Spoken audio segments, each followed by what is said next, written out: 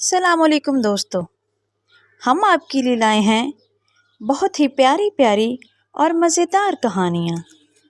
تو ہماری کہانیاں دیکھنے کے لیے ہمارے چینل کو سبسکرائب کریں اور ہماری ویڈیو کو لائک کریں۔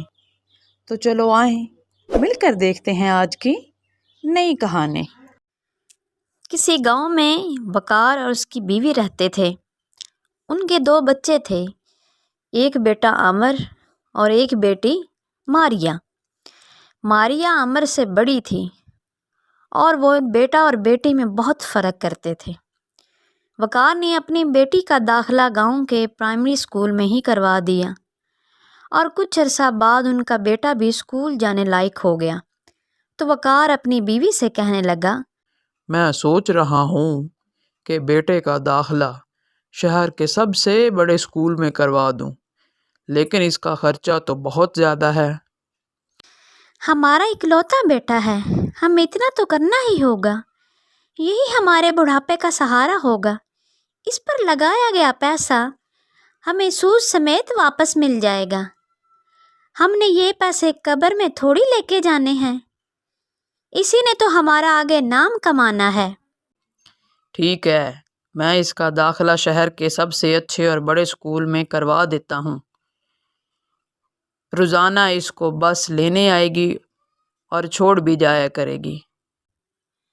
ماریا بھی وہیں بیٹھ کر پڑھائی کر رہی تھی اور ان کی باتیں سن کر بول پڑی، ابو مجھے عامر کے ساتھ ہی اسکول جانا ہے، ہم دونوں بہن بھائی مل کر اسکول جایا کریں گے۔ دیکھا، تمہاری بیٹی کچھ زیادہ ہی فضول بولتی ہے۔ ہاں میری بیٹی ہی تو ہے، تمہاری تو کچھ نہیں لگتی۔ امی ابو آپ دونوں میرے لیے کیوں جھگڑ رہے ہو؟ اگر ابو مجھے شہر اسکول نہیں بھیجنا چاہتے تو میں گاؤں میں ہی اسکول میں پڑھ لوں گی۔ ہاں خیال رکھنا، اور آگے سے بھی میرے لاڈلے بیٹے کی برابری کرنے کی کوشش بھی نہ کرنا۔ ماریا پریشان ہو کر اٹھ کے وہاں سے چلی جاتی ہے۔ پھر اس طرح عامر بھی اسکول جانے لگتا ہے اور ماریا بھی اپنے گاؤں کے اسکول میں جانے لگتی ہے۔ پھر ایک دن ماریا اسکول جانے کے لیے وقت سے پہلے تیار ہو جاتی ہے۔ اس کا بھائی تو سویا رہتا ہے اور وہ تیار نہیں ہوتا۔ ماریا صبح صبح تجھے اور کوئی کام نہیں ہے؟ کہاں صرف تیار ہو کر بیٹھ جاتی ہو؟ میری کسی کام میں ہاتھ بٹا دیا کروں۔ اسے کیا کام ہو سکتا ہے؟ اسے تو فکر ہی نہیں کہ اپنے بھائی کو ہی تیار کر دیں۔ ماریا خاموشی سے ماں کے ساتھ کچن میں ہاتھ بٹانے چلی جاتی ہے۔ ادھر عامر باہر اپنے ناشتے کے لنچ باکس کا انتظار کرنے لگتا ہے اور صوفے پر اچھل کر گرنے لگتا ہے۔ پھر وہ نیچے گر جاتا ہے۔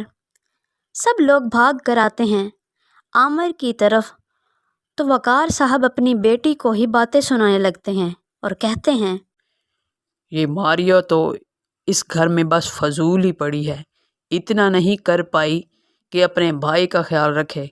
ارے تم پیدا صرف اس لیے ہوئی تھی کہ باپ اور بھائی اور اپنے بیٹے اور شوہر کا خیال رکھ سکو۔ میری تو عقل پر پردہ ہی پڑ گیا تھا جو تمہیں اسکول بھیجنا تھا۔ اب تمہیں اسکول جانے کی کوئی ضرورت نہیں۔ تجھے جب دیکھ اسکول جانے کی لگی رہتی ہے اور گھر کے کسی کام میں تمہارا دل نہیں لگتا اور نہ ہی تو دھیان رکھتی ہے۔ اب تو سارا دن ادھر ہی اس کا دھیان رکھے گی اور آج سے تیرا اسکول جانا بند۔ گھر کے راہ اور بھائی کا خیال رکھو گے۔ معاف کیجیے ابو جی، میں بھائی کا پورا خیال رکھوں گی، مجھے پلیز اسکول جانے سے مت روکیں۔ جو ایک بار کہہ دیا سو کہہ دیا، میرا فیصلہ بدلنے والا نہیں۔